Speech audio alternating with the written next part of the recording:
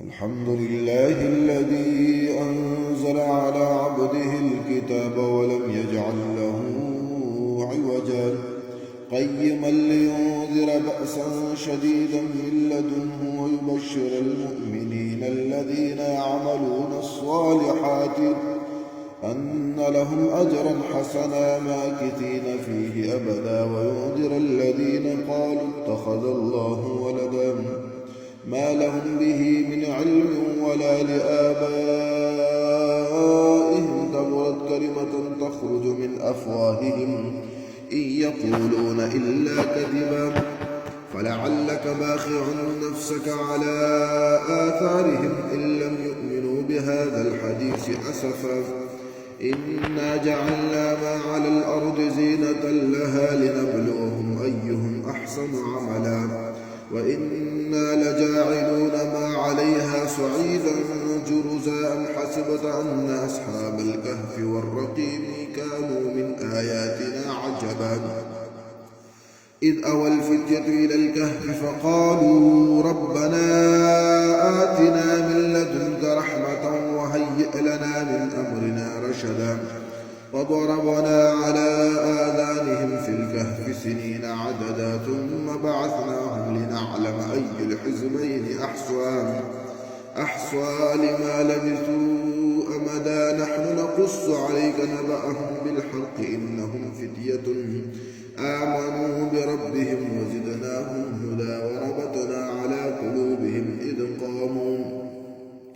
إذ قاموا فقالوا ربنا رب السماوات والأرض لن ندعو من دونه إلها لقد قلنا إذا شططا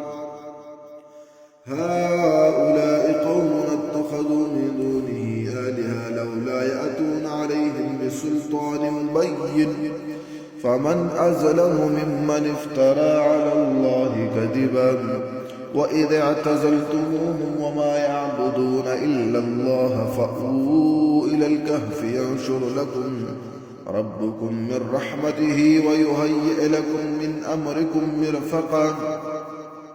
وترى الشمس إذا طلعت تزاور عن كهفهم ذات اليمين وإذا غربت تقرضهم ذات الشمال وهم في فجوة منه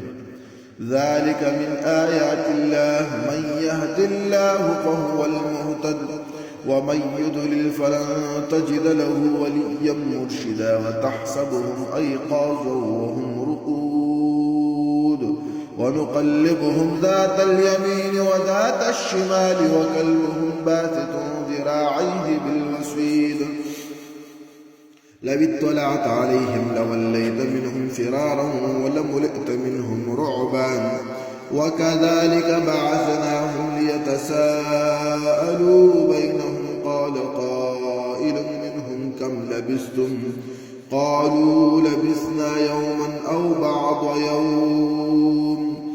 قالوا ربكم أعلم بما لبثتم فابعثوا أحدكم بورقكم هذه إلى المدينة فلينظر أيها أزكى طعاما فليأتكم برزق منه وليتلطف ولا يشعرن بكم أحدا إنهم إن يظهروا عليكم يرجموكم أو يعيدوكم في ملتهم ولن تفلحوا إذا أبدا وكذلك أعثرنا عليهم ليعلموا أن وعد الله حق وأن الساعة لا ريب فيها إذ يتنازعون بينهم أمرهم فقالوا بنوا عليهم بنيانا ربهم أعلم بهم قال الذين غلبوا على أمرهم لنتخذن عليهم مسجدا سيقولون ثلاثة رابعهم كلبهم ويقولون خمسة سادسهم كلبهم رجم بالغيب ويقولون سبعة وثامنهم كلبهم قل ربي أعلم بعدتهم ما يعلمهم إلا قليل فلا تمار فيهم إلا مراء ظاهرا ولا تستفت فيهم منهم أحدا ولا تقولن لشيء إني فاعل ذلك غدا إلا أن يشاء الله إلا ربك إذا نسيت وقل عسى أن يهديني ربي لأقرب من هذا رشدا ولبثوا في كهفهم 300 سنين وازدادوا 9 قل الله أعلم بما لبثوا له غيب السماوات والأرض أبصر به وأسمع ما لهم من دونه من ولي ولا يشرك في حكمه أحدا واتل ما أوحي إليك من كتاب ربك لا مبدل لكلماته ولن تجد من دونه ملتحدا واصبر نفسك مع الذين يدعون ربهم بالغداة والعشي يريدون وجهه ولا تعد عيناك عنهم